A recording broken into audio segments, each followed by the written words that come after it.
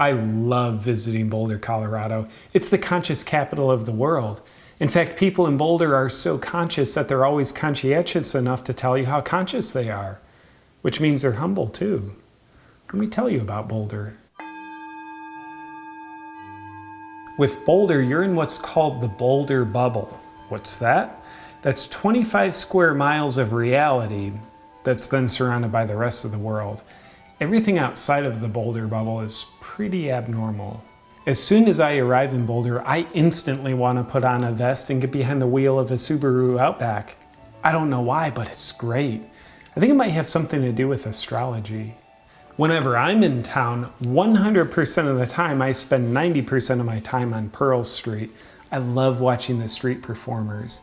You get everything from mind-blowing juggling, to music, to thespians acting like homeless people napping in puddles of their own urine. The artistic expression of these performers is off the charts. So is their ability to intimidate you if you don't put a donation in their tip jar. You can take your dog everywhere with you in Boulder. Work, restaurants, shops. Having a cute, playful dog with you 24/7 helps make it much easier for people to not notice how uninteresting of a person you are. I'm even thinking about having my dog run for mayor of Boulder during the next election. He's a shoo-in for 2 reasons. Number 1, he's a dog. Number 2, he's not a human. And Boulder loves that. Everybody in Boulder is all about community. My favorite thing to do there is to get together with like-minded people as a community, call ourselves a community, and then talk about how we can build more community. It's basically like Boulder's a giant cult, only it's different because everyone there is free to think that they're free thinkers. But it's also exactly like a cult. During my mornings in Boulder, I go to the Cup for an organic, fair trade, on-tap nitro cold brew coffee. They have authentic hipster baristas there that genuinely don't care about you. It's awesome. It reminds me of my childhood. That's why I keep going back. Midday, the thing to do is walk to Alfie's to get a kombucha, a shot of wheatgrass, and to be resented by the vegans when they see me buying meat. I always stay at the Hotel Boulderado. It's clearly the best hotel because they hired scholars to do the impossible of figuring out how to combine the words Boulder and Colorado. Boulderado was the result. You might call it slurred speech, but I call it genius.